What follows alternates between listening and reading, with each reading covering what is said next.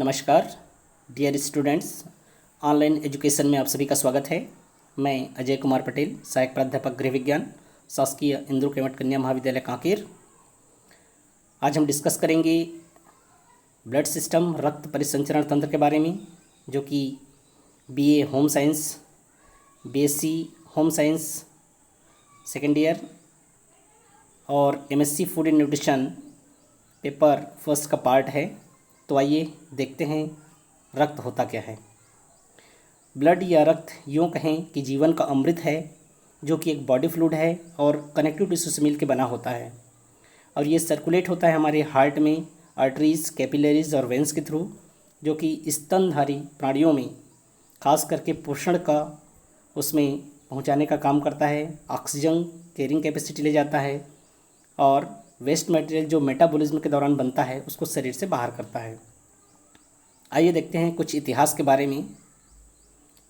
Ancient Egypt में एक scientist थे, एबर्स पेपायरस ने कहा था कि ऐसा विश्वास किया जाता है कि food in the stomach was turned into blood by the heart. 17वीं सेंचुरी की बात करते हैं तो एंटोनी वन लीवेनहॉक साइंटिस्ट थे। उन्होंने एग्जामिन किया था ब्लड को माइक्रोस्कोप के अंदर और डिस्क्राइब किया था आरबीसी, साथ ही उसका साइज को भी मेजर किया था।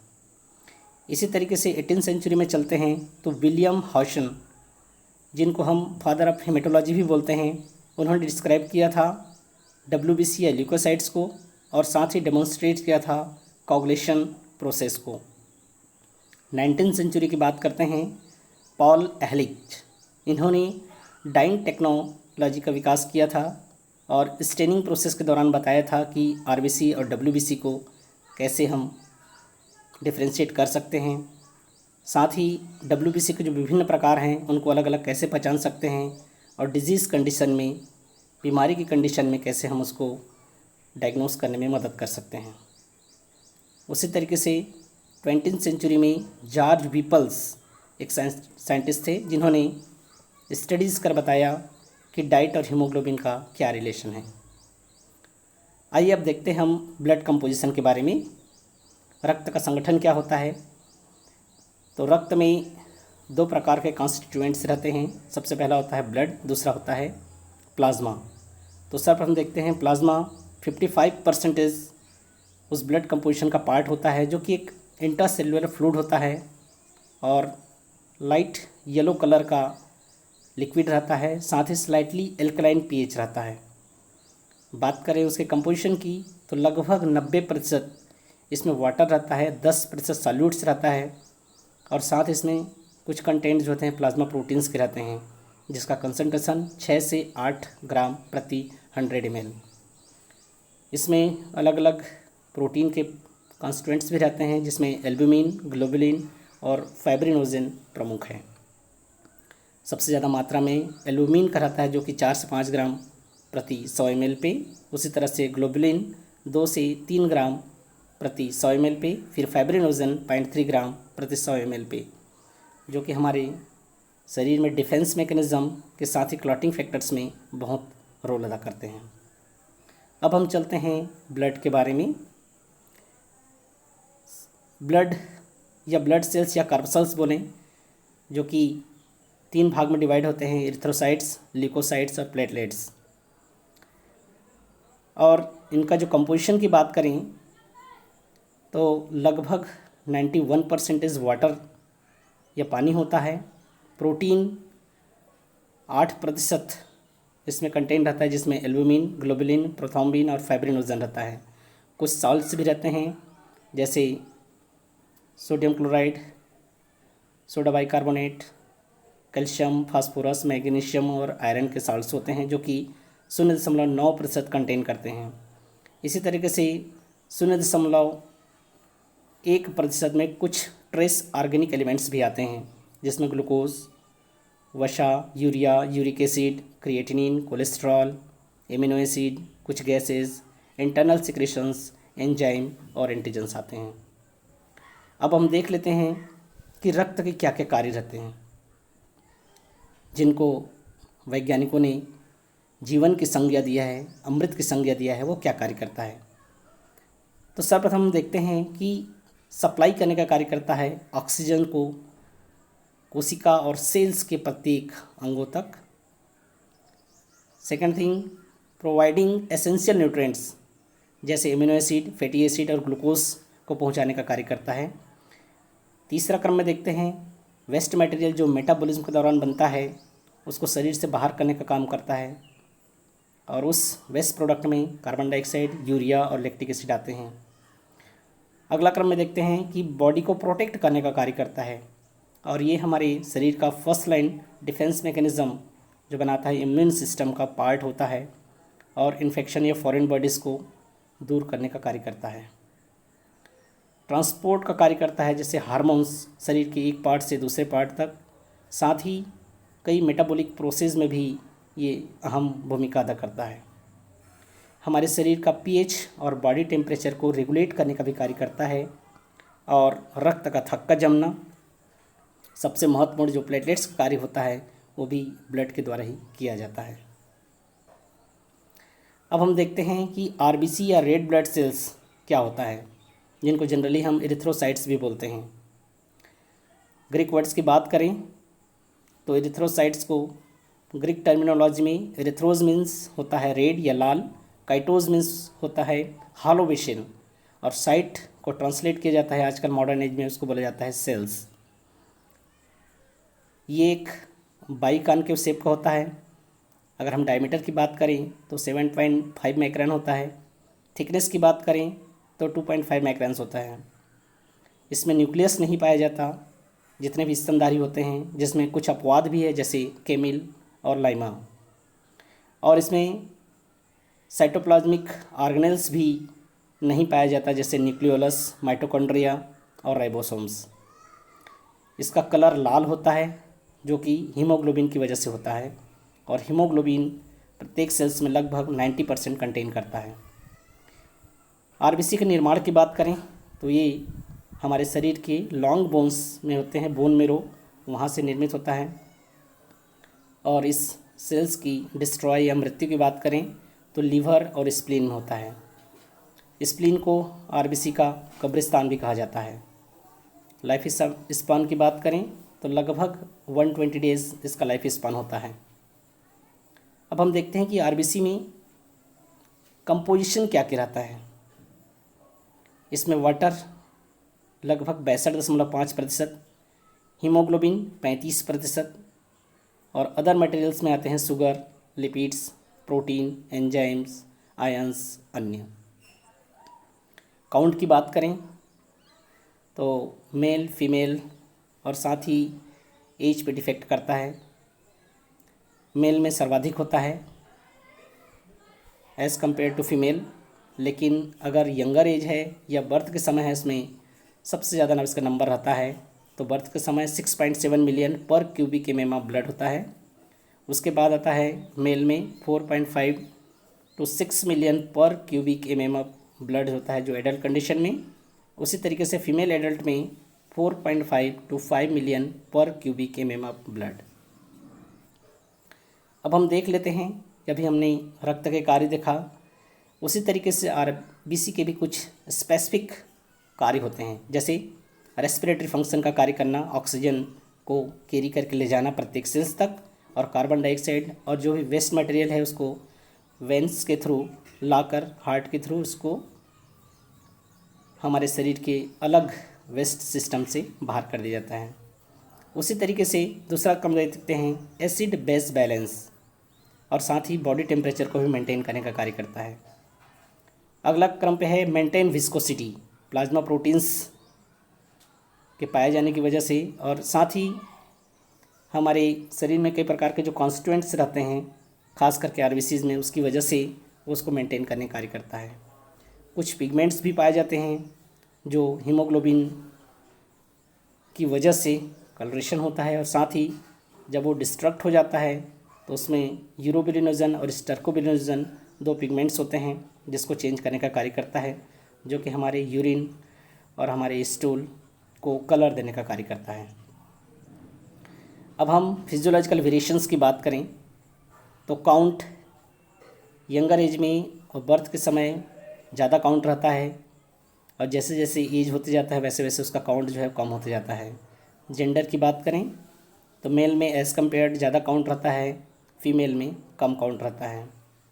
हाई एल्टीट्यूड की बात करें तो हाई एल्टीट्यूड में इसका आरबीसी का नंबर बढ़ जाता है, एक्सरसाइज के दौरान बढ़ जाता है।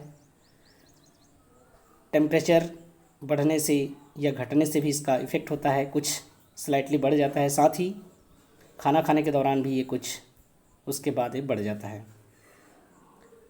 और उसके काउंट के घटने की बात करें तो हाई बैरोमेट्रिक कंडीशन में घटता है। प्रेगनेंसी में चूँकि बायोलॉजिकल डिमांड बहुत ज़्यादा होता है इसलिए इसकी मात्रा घट जाती है। और स्लीप के दौरान भी अफेक्ट होता है क्योंकि मेटाबॉलिक क्रिया थोड़ी स्लो हो जाती है। डिसऑर्डर्स की बात करें तो आरबीसीज़ की संख्या अगर बढ़ जाती है उस कंडीशन को बोलते हैं पॉलीसाइथेमिया। और उसकी संख्या अगर घट जाती है आरबीसी की, साथ ही उसमें हीमोग्लोबिन का परसेंटेज भी कम हो जाता है, उस कंडीशन को बोलते हैं एनीमिया। अब ये एनीमिया के कॉज क्या क्या हो सकते हैं जिसमें आरबीसी और हीमोग्लोबिन की संख्या घट जाती है और उसकी वजह से ऑक्सीजन कैरिंग कैपेसिटी भी कम हो जाता है। कुछ कंडीशंस हो सकते हैं जैसे आयरन डेफिशिएंसी एनीमिया, आयरन की कमी की वजह से। इंट्रिंसिक फैक्टर्स हमारे शरीर का कम हो जाता है उसकी वजह से, जैसे पर्निशियस एनीमिया। ब्लड का बाइकॉन्केव शेप सिकल शेप हो जाता है जिसमें सिकल सेल एनीमिया। कुछ प्रोडक्शंस ही कम हो जाते हैं हमारे बोन मेरो से, ये प्लास्टिक एनीमिया। और कुछ कंडीशंस में हीमोलाइसिस की वजह से हो सकता है जिसको हम बोलते हैं हीमोलाइटिक एनीमिया। कुछ कंडीशंस में होते हैं जिसमें पॉलीसाइथेमिया का कंडीशन कैसे कैसे आ सकता है और इसमें विस्कोसिटी ऑफ ब्लड तो बढ़ जाता है लेकिन रेट जो है उसका फ्लो का वो कम हो जाता है, जैसे नियोप्लास्टिक के कंडीशन में या कैंसरस कंडीशन में, कुछ हाइपोक्सिक कंडीशन में और कुछ केमिकल एक्सपोजर या स्टेरॉइड की वजह से। अब हम देखते हैं डब्ल्यूबीसी या वाइट ब्लड सेल्स या लिकोसाइट्स के बारे में। ये भी ग्रीक वर्ड से ड्राइव्ड हुआ है। ल्यूक का मतलब होता है वाइट और साइट का मतलब होता है सेल्स। जनरली ये कलरलेस या वाइट रहता है और इसको हमारे ह्यूमन बॉडी का आर्मी कहा जाता है। इसका शेप इर्रेगुलर होता है लेकिन एक ख़ास बात है कि ये न्यूक्लिएटेड रहता है और इसका कलर वाइट होने की वजह क्योंकि इसमें हीमोग्लोबिन नहीं पाया जाता। मेन कार्य देखें इसका तो ये एंटीबॉडीज़ प्रोड्यूस करने का कार्य करता है जिसको हम ह्यूमोरल इम्यूनिटी भी बोल सकते हैं। या कभी कभार माइक्रो ऑर्गेनिज्म जब अटैक करता है बॉडी पे तो तुरंत एक्शन लेता है जिसको अपन साइटोटॉक्सिक इम्यूनिटी भी बोल सकते हैं।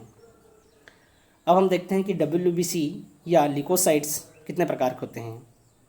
तो साइटोप्लाज्म में ग्रेन्यूल्स पाए जाने या नहीं पाए जाने की स्थिति के अनुसार से दो प्रकार से डिवाइड कर सकते हैं जिनको बोलते हैं एक ग्रेन्युलोसाइट्स और ग्रेन्युलोसाइट्स।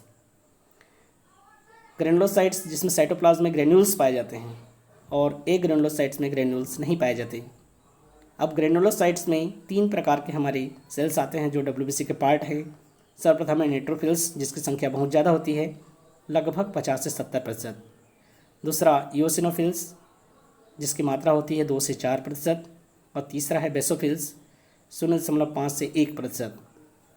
उसी तरीके से हम देखते हैं एक ग्रेनुलोसाइट्स जिसमें ग्रेनुल्स नहीं पाए जाते। ये दो प्रकार से हो सकते हैं जिसमें है लिम्फोसाइट्स जो लगभग 20 से 40% कंटेन करता है और हमारे सेल्स के डिफेंस मैकेनिज्म में टी लिम्फोसाइट और बी लिम्फोसाइट दो प्रकार के सेल्स के थ्रू ये कार्य करता है जिसमें हेल्पर और किलर सेल्स भी रहते हैं।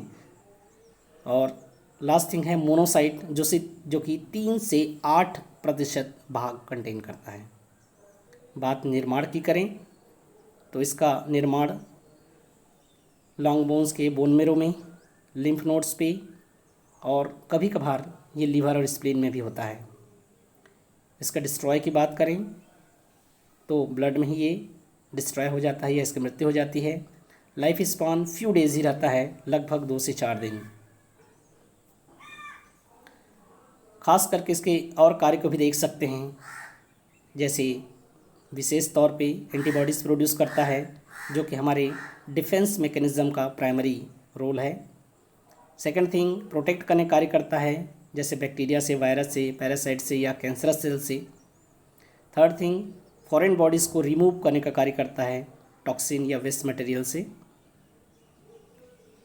नेक्स्ट थिंग है डेड या टूटा फूटा सेल्स को भी हमारे शरीर से बाहर करने का कार्य करता है, जिसको हम फेगोसाइटोसिस भी बोल सकते हैं। और कई प्रकार की इन्फ्लेमेटरी रिस्पॉन्स या इम्यून रिस्पॉन्स में अहम भूमिका अदा करता है। बात इसकी संख्या की करें तो एडल्ट्स की बात करें मेल और फीमेल में तो लगभग 4000 से 11000 प्रति क्यूबिक mm ऑफ ब्लड इसकी संख्या होती है, जो कि आरबीसी, डब्ल्यूबीसी और प्लेटलेट्स में सबसे कम संख्या है। बर्थ के समय इसकी संख्या बहुत ज़्यादा रहती है, लगभग 10,000 से 25,000 के बीच प्रति क्यूबिक mm ऑफ ब्लड्स। और फीमेल्स की बात करें इसकी संख्या स्लाइटली हायर रहती है, जिसमें 4,500 से 13,500 प्रति क्यूबिक mm ऑफ ब्लड। अब इसका डिसऑर्डर्स क्या क्या हो सकते हैं वो देख लेते हैं।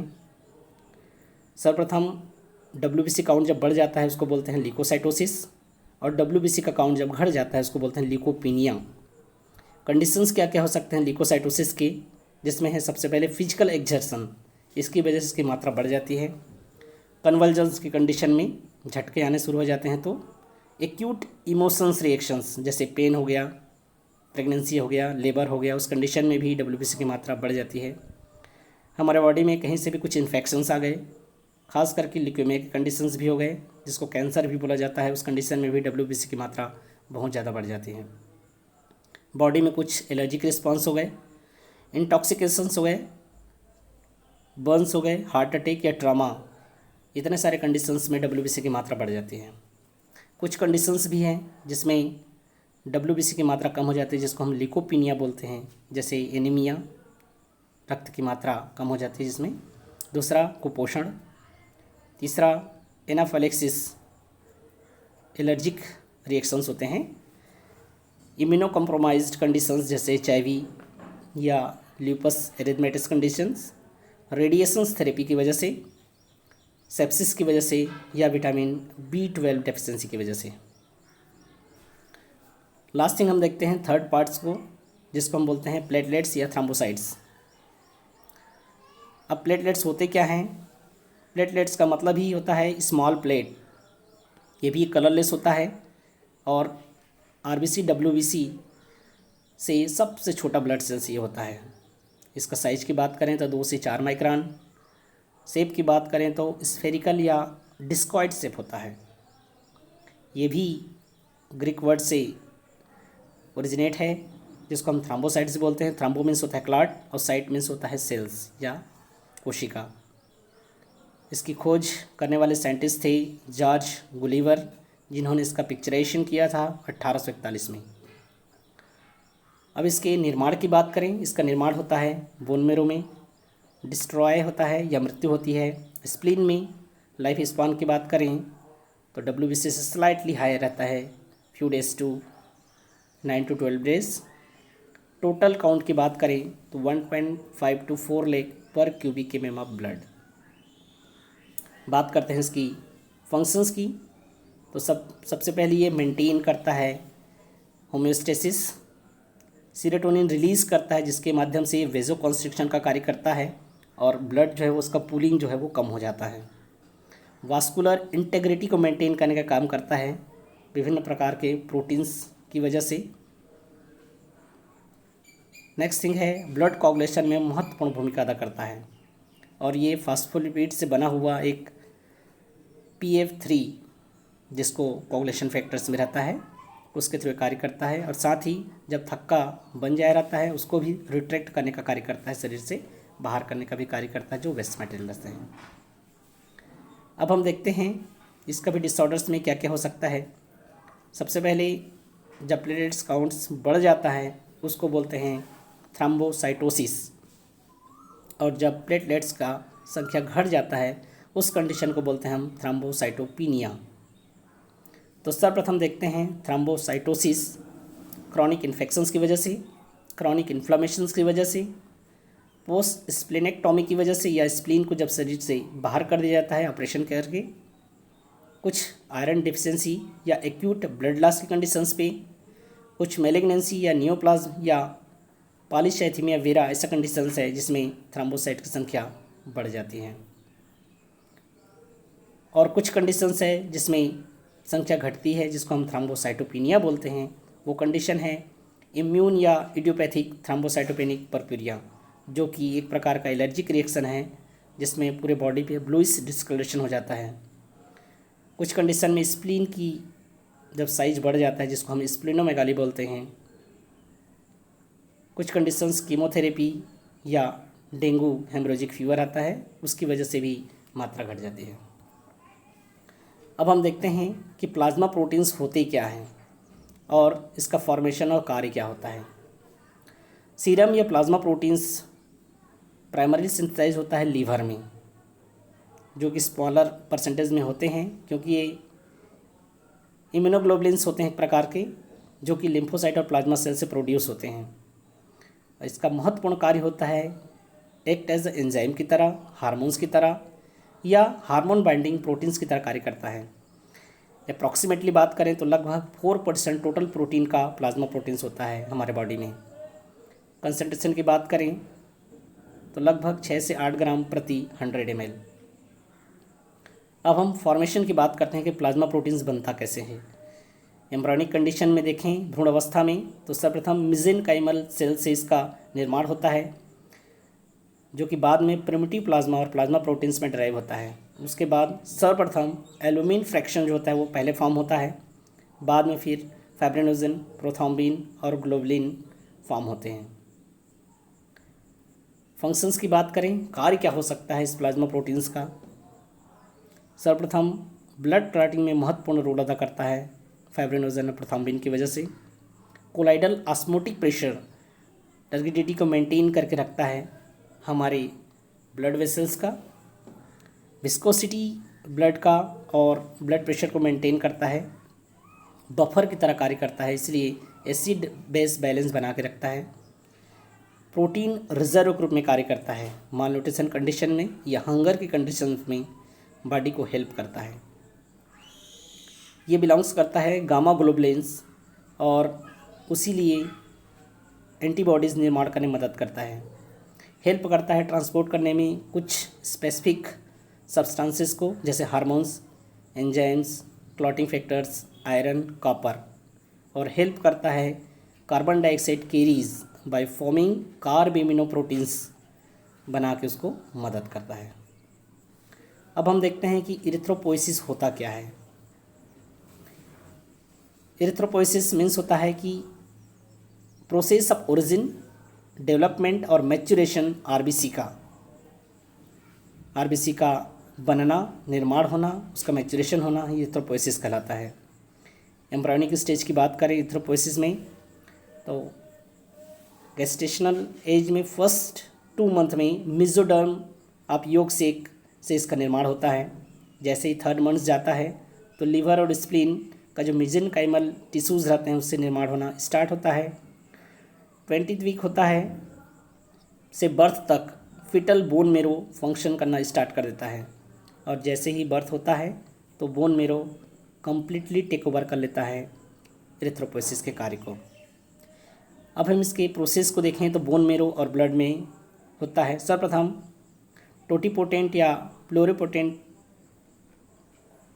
हेमेटोपोइटिक स्टेम सेल्स होता है, उससे या मातृ कोशिका से इसका निर्माण होना शुरू होता है, जिसमें सर्वप्रथम बनता है प्रो इरिथ्रोब्लास्ट। ये बोन मेरो में ही चेंज होता है इरिथ्रोब्लास्ट में, और ये इरिथ्रोब्लास्ट जो है वो बोन मेरो में ही चेंज होता है रेटिकुलोसाइट में, और इरिथ्रोब्लास्ट से रेटिकुलोसाइट में जब चेंज होता है इसी में इसका न्यूक्लियस का और कुछ ऑर्गेनेल्स का लॉस होता है। फिर इसका चेंजेस ब्लड में आ जाता है, और रिमेनिंग ऑर्गेनेल्स जो रहते हैं उसका ब्लड में इसका चेंजेस देखने को मिलता है या उसका लॉस देखने को मिलता है। फिर ये रेटिकुलोसाइट से इरिथ्रोसाइट में चेंज हो जाता है।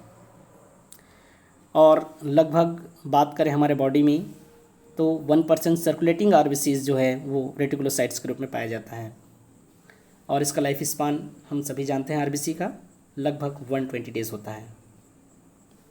अब हम देख लेते हैं कि ये जो एरिथ्रोपोइसिस या मैच्योरेशन ऑफ आरबीसी होता है उसमें एरिथ्रोपोएटिन एक ग्लाइकोप्रोटीन्स रहता है जो महत्वपूर्ण भूमिका अदा करता है। तो वो कैसे एग्जैगरेट होता है या उत्पन्न होता है या फीडबैक होकर बंद होता है, उसको बारे में हम देखते हैं कि इरिथ्रोपोइटिन एक ग्लाइकोप्रोटीन्स है और प्रीडोमिनेंटली ये रिलीज़ होता है किडनी से और रिस्पॉन्स की क्रिया होती है जिसमें हाइपोक्सिक। तो सबसे पहले इरिथ्रोपोइटिन जो इंक्रीज़ होता है आरबीसीज़ में, वो 3 तरीके से एरिथ्रोपोइसिस का कार्य करता है, जो आरबीसी को बढ़ाने का कार्य करता है। सबसे पहले ये प्रमोट्स करता है प्रोमोब्लास्ट प्रोडक्शन को। Second thing, shortens the transition time through the normoblast stage. और थर्ड, प्रमोट करता है ये अर्ली रिलीज ऑफ रेटिकुलोसाइट्स को, जिसकी वजह से फॉर्मेशन ऑफ आरबीसीज जारी रहता है और ज़्यादा मात्रा में बनता है। अब रिस्पांस की बात करें तो हाइपोक्सिक कंडीशन में जब ये किडनी से रिलीज़ होता है एरिथ्रोपोइटिन की मात्रा, फिर ये ब्लड स्ट्रीम में आ जाता है। ब्लड स्ट्रीम में आने के बाद ये चला जाता है बोन मेरो में, और बोन मेरो में जो भी हमने देखा 3 कंडीशन, उसके थ्रू ज़्यादा से ज़्यादा मात्रा में रेड सेल्स को रिलीज़ करता है। और जैसे ही इसका ऑक्सीजन कैरिंग कैपेसिटी बढ़ जाता है और पर्याप्त मात्रा में आ जाता है तो एक फीडबैक मैकेनिज़्म के द्वारा पुनः ये एरिथ्रोपोइटिन किडनी में मैसेज भेजता है और वहाँ से ब्लॉक कर दिया जाता है ताकि उसकी मात्रा पर्याप्त हो जाती है। कुछ फैक्टर्स जो होते हैं जो एरिथ्रोपोइसिस को रेगुलेट करते हैं, उसमें है एरिथ्रोपोइटिन। इसकी मात्रा जितना ज़्यादा होगा उस हिसाब से मैचुरेशन ब्लड का ज़्यादा होगा, कम होने से कम हो जाएगा। सेकंड थिंग देखते हैं, हार्मोन्स आता है एंड्रोजन्स, ये स्टिमुलेट करता है एरिथ्रोपोइसिस को। थर्ड थिंग है फीमेल हार्मोन एस्ट्रोजन, जो इनहिबिटरी एक्शन करता है एरिथ्रोपोइसिस को। नेक्स्ट थिंग है कुछ थायरॉक्सिन, कॉर्टिसोल और ग्रोथ हार्मोन्स होते हैं। इसकी डेफिशिएंसी की वजह से भी एरिथ्रोपोइसिस कम हो जाता है या एनीमिक की कंडीशन आ जाती है। लेकिन कभी कभार कुछ एनीमिक की कंडीशन आने पर ये स्टिमुलेट करने का कार्य करता है ताकि उसके प्रोडक्शन को बढ़ाया जा सके। न्यूरल कंट्रोल में कभी कभार सेंस ऑफ हाइपोक्सिया होता है तो ये रिस्पॉन्ड करता है एरिथ्रोपोइटिन को स्टिमुलेट करने का। कुछ डाइटरी फैक्टर्स भी रिस्पॉन्सिबल होते हैं जो कि एरिथ्रोपोइसिस के कार्य में हेल्प करते हैं, जिसमें सर्वप्रथम देखते हैं amino acid for globin production के लिए जो एक प्रकार का प्रोटीन बनता है, आयरन सिंथेसिस ऑफ हीम के लिए, विटामिन B6, B12 और फोलिक एसिड जो होते हैं वो maturation of red cell precursors का कार्य करता है, जिसकी वजह से इसकी मात्रा बढ़ती है। अब हम देखते हैं कि आरबीसीज की बात करते हैं, उसका रंग लाल होता है तो एक्चुअल में वो हीमोग्लोबिन की वजह से होता है। तो हीमोग्लोबिन होता क्या है? हीमोग्लोबिन एक रेड पिगमेंट है जो कि आरबीसी में प्रेजेंट रहता है और इसमें आयरन कंटेनिंग पिगमेंट रहता है, जिसमें हीम और ग्लोबिन प्रोटीन से मिलकर बना होता है, जो कि एक क्रोमोप्रोटीन कॉन्जुगेटेड प्रोटीन है और जिसका मॉलिक्यूलर वेट लगभग 68,000 होता है। और ये आयरन पोरफायरिन कॉम्प्लेक्स से मिलकर बना होता है, जिसमें आयरन प्रोटोपोरफायरिन 9 कहा जाता है। फंक्शन की बात करें तो हीमोग्लोबिन सबसे पहले ट्रांसपोर्ट का कार्य करता है, ऑक्सीजन को ले जाता है और प्रत्येक सेल्स तक पहुंचाता है। मेटाबॉलिज्म के दौरान जो वेस्ट मटेरियल निकलता है उसको बाइंड अप करके शरीर से बाहर करता है और बफर की तरह कार्य करता है, जो कि एसिड बेस बैलेंस के रूप में। कुछ फैक्टर्स देखते हैं जो हीमोग्लोबिन फॉर्मेशन को कंट्रोलिंग करता है, जिसमें हम देख सकते हैं कि रोल ऑफ प्रोटीन्स क्या होता है। फर्स्ट क्लास प्रोटीन प्रोवाइड करता है एमिनो एसिड्स को, और एमिनो एसिड्स जितना ज़्यादा बनेगा उस हिसाब से ग्लोबिन प्रोटीन बनेगा, तो हीमोग्लोबिन की मात्रा ऑटोमेटिकली बढ़ जाएगी। मोस्ट इम्पॉर्टेंट इसका स्रोत रहते हैं, जिसमें animal origins, liver, spleen, kidney और हार्ट। इंटरमीडिएट वैल्यूज़ देखते हैं हम मसल्स में, और लिस्ट कंडीशंस में मात्रा में पाया जाता है सीरियल्स में, डेयरी प्रोडक्ट्स में, वेजिटेबल्स में और फ्रूट्स में। इसकी मात्रा की बात करें तो लगभग 11 से 13 ग्राम परसेंटेज पाया जाता है फीमेल्स में, 12 से 16 पाया जाता है ग्राम परसेंटेज में लगभग मेल्स में, और यंगर एज या चिल्ड्रंस में इसकी मात्रा ज़्यादा होता है, लगभग 14 से लेकर 20 ग्राम प्रतिशत तक। कुछ इसमें फिजियोलॉजिकल वेरिएशंस भी देख सकते हैं, जिसकी वजह से इसकी मात्रा घटती या बढ़ती है। फीमेल्स में चूँकि बायोलॉजिकल डिमांड्स ज़्यादा रहता है, इसलिए उसकी मात्रा कम रहती है। फीटल हीमोग्लोबिन्स में भी कुछ चेंजेस रहते हैं, इसलिए उसकी मात्रा भी ज़्यादा रहती है। कुछ पैथोलॉजिकल कंडीशंस भी आने को शरीर में देखने को मिलता है, जिसमें सर्वप्रथम एनीमिया, जिसमें हीमोग्लोबिन की मात्रा कम हो जाती है, पॉलीसाइथीमिया, जिसमें मात्रा बढ़ जाती है, सिकल सेल एनीमिया, एक प्रकार का जेनेटिक डिसऑर्डर्स, जिसमें आरबीसी का साइज जो है वो सिकल सेप हो जाता है, और इसी तरीके से लास्ट कंडीशंस आता है वेराइटीज़ में, वो है थैलेसीमिया और एचबीसी। आई होप आप लोगों को कुछ नई और अच्छी जानकारी यहाँ पर देखने और सुनने को मिली होगी। अगले लेक्चर्स में हम ब्लड ग्रुप, क्लॉटिंग फैक्टर्स और एनीमिया के बारे में डिस्कस करेंगे। Thank you so much for watching.